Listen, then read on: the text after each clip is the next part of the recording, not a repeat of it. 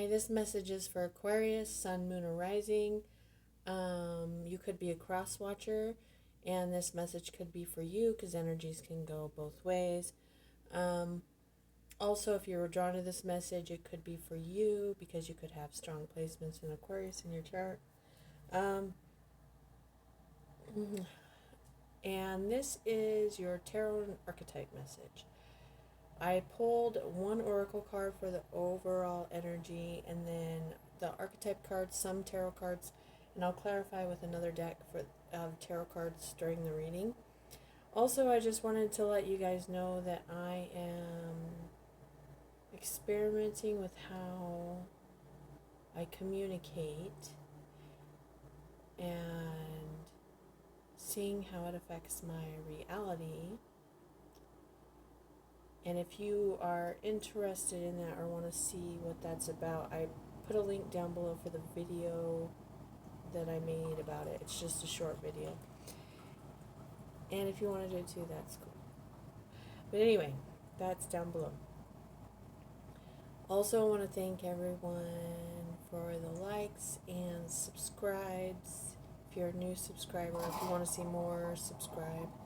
And also you can check out your rising or moon video to get a bigger picture on what may be happening in your life. And we will go ahead and get started. Okay. So this is the oracle message I got for the overall energy. I got Karma of Kutahala. And this card, actually, when I've read this message before, and it's pretty awesome. So, but I'm going to read that message to you because the messages in this is a white light oracle. They're a little bit longer, but they are really awesome, and so I don't want you to miss out on that message. So I'm going to read it to you, okay? It says, your sacred soul passion is powerful enough to shift the state of your inner reality and your outer experience. So commit to what truly ignites your heart and do not be dissuaded by anything or anyone. If you are seeking to make a commitment, do so when it truly connects you to your heart. Follow your genuine, meaningful bliss. Know that no matter what appears to be, you shall prevail, you shall rise. Okay, Kutahala is a Sanskrit term that translates as that which excites wonder. Even if it doesn't seem like it will lead us anywhere practical, following our bliss can allow for something beautiful and deeply fulfilling to unfold. We often pursue what is sensible and secure, yet what we could be more appropriate or divinely delightfully inappropriate than pursuing a path so intoxicating, so fascinating, so utterly mesmerizing to the spirit that no matter what challenges arise, you feel so much love and commitment and passion you shall not turn away. That is the stuff of potential greatness. We might call it being led by our hearts. Kutahala is permission to do just that. The shadow side or unconscious pursuit of Kutahala is seen when we chase our bliss in such a way that nothing genuine ever gets a chance to mature. We might be lured by greener grass and chase after every new possibility like a butterfly flitting from place to place. That doesn't evolve the heart, but rather the restless mind which acts from fear and avoidance rather than using passionate devotion as its foundation. The commitment that emerges out of true Kutahala is not about clipping one's wings, but about growing them and learning how to fly skillfully. Without commitment, one takes a leap, tries to fly, fails, and rather than going through the process again and again until there is understanding that leads to mastery, one tries to ride a bike or surf, dance, teach, heal, or innumerable other things, never giving any chance to settle and evolve. There is inherent wisdom in Kutahala. Let yourself be truly excited and inspired. Allow yourself to stumble, to know how to not know, to become the holy mess that precedes sacred rebirth. When your attraction is deep and soulful, you will have the capacity to stay the course. even though through difficulties. Don't allow the ego to tell you that the struggle must be a sign a path isn't right for you, and thus drag you away in search of a substitute paradise. The oracle of karma of Kudahala can relate to those times when you are just discovering the path, feeling inexplicably fascinated by something, and are encouraged to explore just what the true nature of that fascination could be. Then, the karma of wonder is guiding us to fulfill the deepest longings of our soul and attain spiritual freedom in the process. We often think of karma as negative, but positive karma is our connection to guiding grace, the soul's delight that empowers us to live with joy and rapture. We can cultivate positive karma in the way we live our life, from the heart with forgiveness and a sense of worth and gentleness in our hearts. This oracle guides you towards the spiritual empowerment, your ability, even today, to create something positive, gracious, loving. What ways of being and which practices would enhance your ability to to be a generator of positive karma this lifetime. Small steps can lead to great accomplishments when we stick to a path. Be patient in your passion and you shall go far. This oracle encourages you to recognize that in its own inimitable way, spirit is practicable. It just tends to go via deliriously rapturous, astonishing, and deeply healing route. Trust what you love and let your heart lead you. You and your life shall become luminous, sanctified in the grace of alchemical transformation. An unexpected and miraculous arising is at hand. All right. So this reading looks pretty amazing just from what I have laid out so far. So, okay. The first card you have in the self is the empty room, which that's like the longing for something to come in. And I don't know if I'm seeing so much like you feel empty, but that you're open for it to come in. Because what I'm showing is clarifying it is the Ace of Shells, which is like the Ace of Cups. And that is like the new beginning in love. That is being full of love, like your cup's overflowing, of like self-love. It's like happiness, abundance. And when you're full of self-love, when you're happy, content with yourself, that's when things start to come in. And so that's kind of what I'm seeing where you're at right now. I'm going to clarify with the Divine Light Tarot. Let me see. Why does Aquarius have the Ace of Shells? I don't know if I want to take that one. I'm putting it back in. The reason why is because it like hit weird and fell out weird. I don't know. It just didn't feel right. Okay. Those just flew out. So. Okay. We've got the Three of Wands and the Four of Coins reversed. So what this is saying, this is her going on the new path. This can be chasing romance, actually. It's like you're following a passionate new path. So it doesn't have to be like a romantic relationship or anything. It's like you have a dream and you're going after it, okay? And the Four of Coins is like you've let go of the things the stagnant energy that was holding you back, and you're going on a new path. It's like you've discovered what you love, and you're in love because you love what you're doing. You love what you're going for.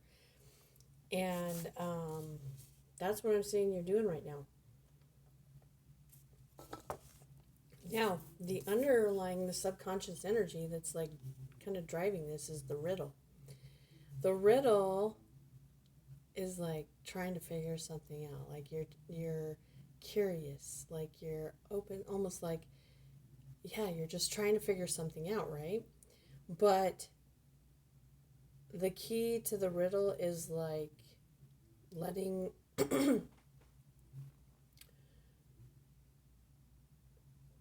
It's almost like letting go of, it's like you're trying to figure something out, and then you get to a point where you stop trying to figure something out and realize that the answer was to stop trying to figure it out, and then the answer comes to you.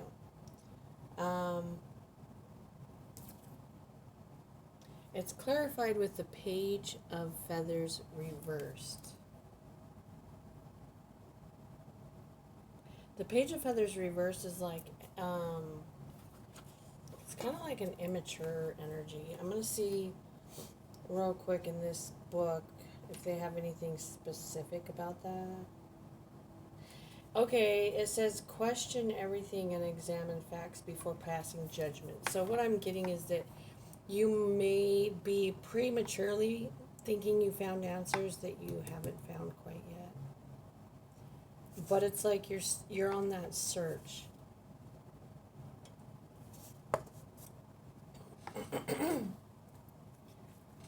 Let me see if I can get any more clarity on that. But this is your subconscious. Sorry, my throat. Why is the Page of Feathers here with the riddle in the subconscious of Aquarius? Page of Feathers reversed here with the riddle. Subconscious of Aquarius.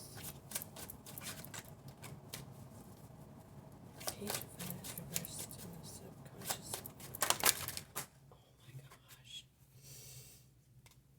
Oh my gosh. Like half the deck flew out, guys.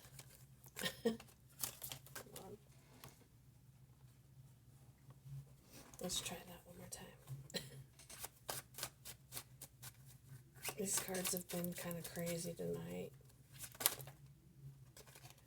Oh my heck. Look at that. Okay, so the moon came out. You could be dealing with the Pisces, but that is like there's stuff that's hidden. Yeah, there's something hidden and you're trying to find it. You're trying to find like hidden answers, like it's almost like I'm getting it like secrets, like deep secrets, like, oh my, no. My goodness.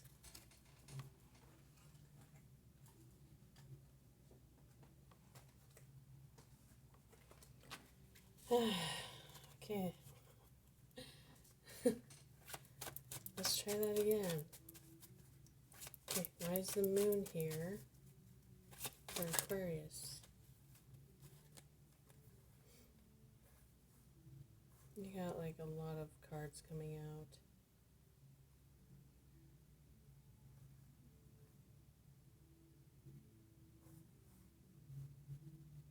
I feel like you're trying to use your intuition with these cards that are coming out. I'm going to put them back because there's so many of them. But it's like trying to find it's like using some kind of intuition about like something that you're like longing for. So it could be like a relationship, but it could be some kind of like something that is intoxicating to you. So like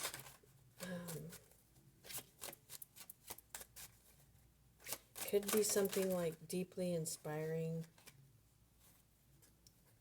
Oh my goodness. I'm like, am I going to have to switch decks? Because this deck is like being wild. Eight of Coins. Yeah, okay, the Eight of Coins with this. It's like you're working so hard to find that answer. That's what I'm getting. It's like you're working so hard to find it.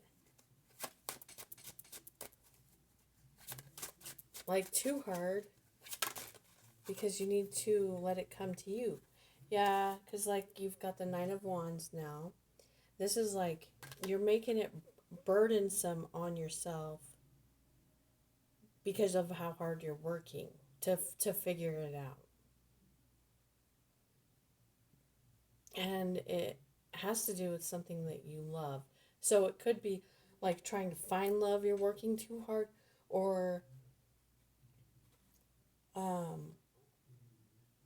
something, trying to make something that you love work.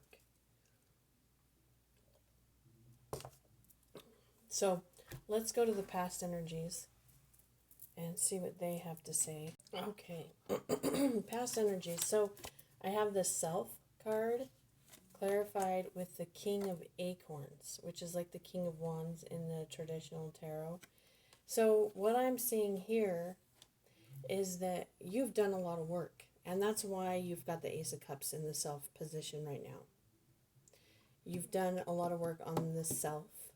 The Self is like being the observer of the ego. So like being able to be the witness, stepping out, seeing that the personality that is acting and thinking and believing is not you. Like you have seen yourself from a higher self that is not what you thought you to be. And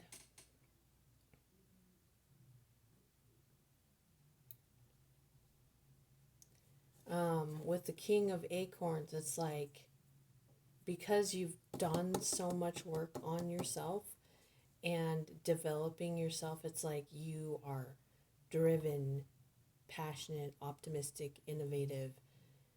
And I'm showing that you also had some specific work to do, and you did it. Like with the Mother and the card of transformation. You could have had a mother figure that had passed already. This would be something that had already happened. But what I'm seeing is that you had something surrounding your mother that you had to transform. And what I mean by that is that the mother archetype is like the nurturer, right? But then it also talks to not getting the nurturing. So like maybe you had some like issues with abandonment or neglect or not feeling accepted by a mother figure, and you had to transform how you saw that. You had to liberate yourself from being needy, that neediness of being nurtured. But I'm showing that you did that. This is in the past. So I'm going to clarify each of these. Why is the King of Acorns here with the Self?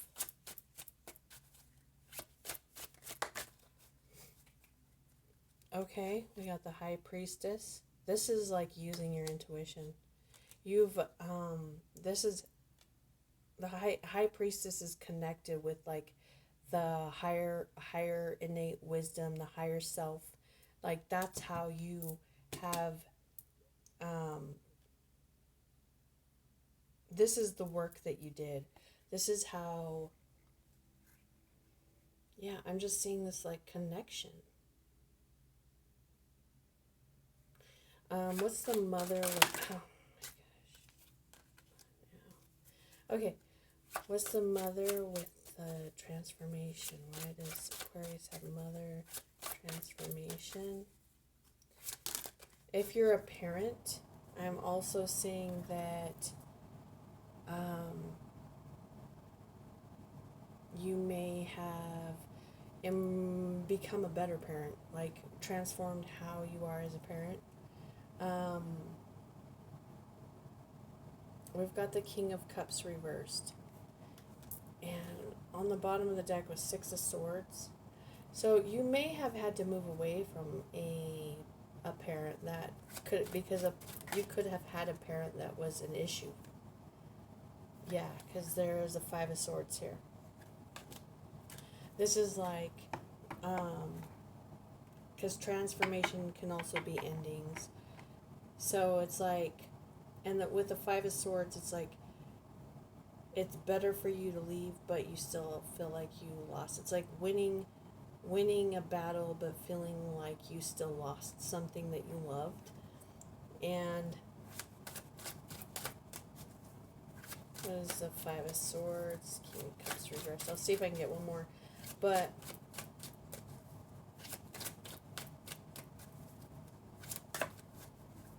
jeez. Whoa. Yeah, you could have had to leave a home. Like, if you are younger, maybe it was leaving home, like leaving a mother and finding a new home. This is what I'm seeing here. But it could be, too, that in that process, it actually healed a relationship that you had with a parent figure, a mother figure, like whatever this mother figure, whatever figure in your life you had that was the nurturer.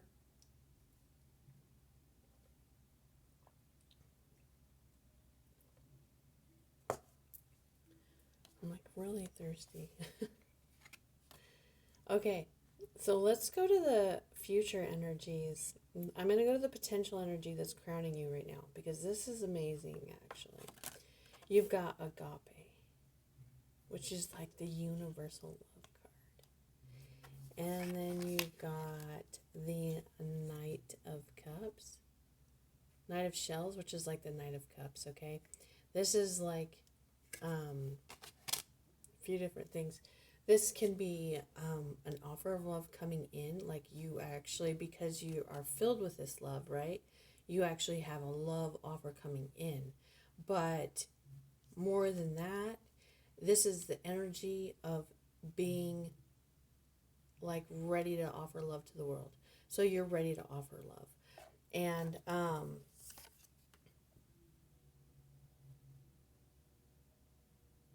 you are reversed. This is the King of Crystals. Or this is the King of Crystals. I was thinking of King of Feathers. Okay, King of Crystals. Reversed. So you're either...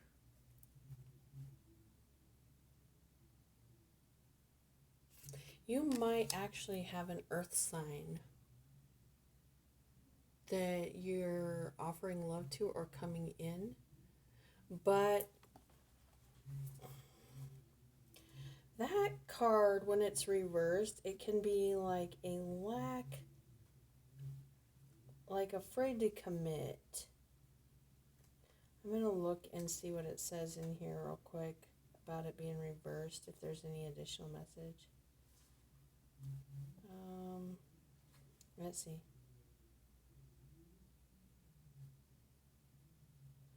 It just basically says needing to set a routine. So maybe what it is that like you have found what you love, okay? And you want to move towards it, but maybe you're a little bit scattered. And you need to put some, like, ground it. So, like, yeah, put some routine. We got the Death card reversed, which is like needing to have a transformation. But the Ten of Coins is underneath that. So it's like needing a transformation to gain that health, wealth, and abundance. That's what is, that is what is meant by the Ten of Pentacles. Now the Knight of Swords just came out. This is like you moving fast. So I think what's going to happen is like you really need to get a routine and get grounded if this is like something that you're doing that you love. Because things are about to like take off really fast for you.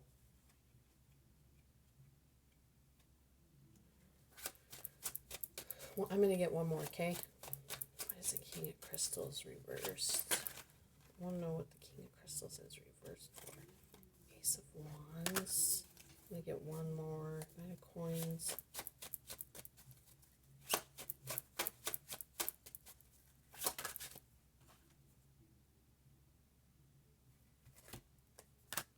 Hold on a second. Seven of Coins. You got the Seven of Coins reversed, which is like, choosing not to put your energy into something.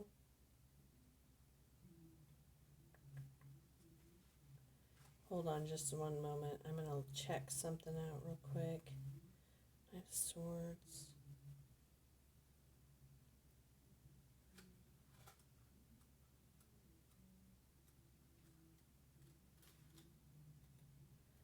Each of these decks are a little bit different, so. Okay. Burnout. Okay, so that's what this is. You need to have like a grounded, it's like basically saying that, okay, you love this, you know what you want to do, you're excited about it, you're going to do it. It's like you want to just take off with it, okay? And by doing that, you could get burnout. And what it's saying is that to avoid the burnout, you need to like set a routine, like set some grounded goals, like grounded steps, and pay attention to each one and take one step at a time. If it's a relationship, like if it's like, say someone comes into your life and you're excited about them, it's like taking it slow. Okay, so to avoid the passion burnout, I guess, because in your future, if it's a relationship, we've got vow. This is making a commitment. This is actually like kind of like a destined card. Like it's almost like a thing where like you decided before. It's like a thing that was decided before you were on this earth or whatever. I mean, it depends on what you believe, but that's like what the card means. It's like, I made this decision that this is my destiny, this is what I want to achieve in life, and so I want things in my life to allow me to be able to choose that path during life, and you made a promise that that's what you're going to do, and so you got this vow coming up, and the card that's clarifying it is the Wheel of Fortune, which that's like awesome, and it's upright. So this is like something really awesome that you're committing to, or so let me see what the Wheel of Fortune is for you. 7 of Wands. That's like no longer needing to defend, not having to hold on, let me see what the heck. Okay, so we got Ace of Swords. That's a new beginning in truth. Okay, why is the Will here? These cards are being so funky tonight. This deck is just like keeps flying out everywhere. The Chariot.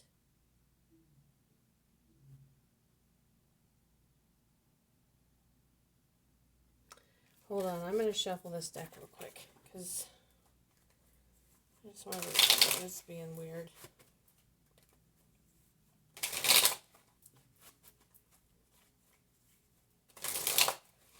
Because I want to clarify the vow and the will for you. But I'm going to shuffle these cards real quick. Sorry, it might take a second.